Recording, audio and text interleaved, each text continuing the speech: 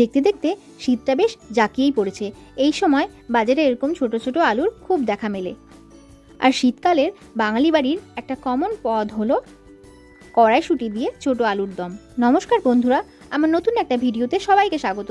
আশা করি সবাই খুব ভালো আছো, সুস্থ আছো। আমাদের হেসেলেও আজ কড়াইশুঁটি দিয়ে ছোট আলুর দম রান্নার প্রস্তুতি চলছে। এর জন্য আলুগুলো ভালো করে সেদ্ধ করে ছাড়িয়ে নিয়েছি। এরপর কিছুটা পেঁয়াজ, টমেটো আর আদাও কেটে নিয়েছিলাম। এই যে দেখতে পাচ্ছ শীতকালের সবজি মটরশুঁটি।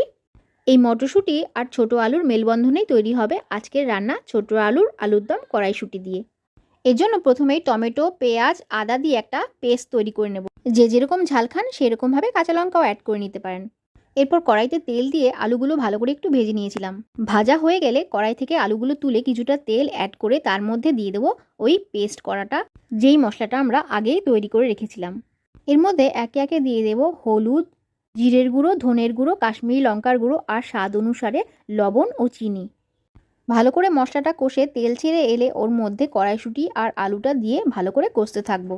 রান্নার সময় ভালো করে কষানো হলে রান্নার টেস্টটা আরও বেড়ে যায়। এরপর যে যেরকম গ্রেভি পছন্দ করেন সেই অনুসারে দিয়ে দেব গরম জল।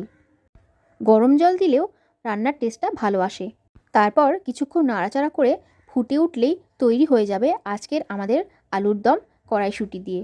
আমার আজকের ভিডিওটা কেমন লাগলো জানিও। ভালো লাগলে অবশ্যই লাইক, কমেন্ট ও সাবস্ক্রাইব করে দিও আমার চ্যানেলটি।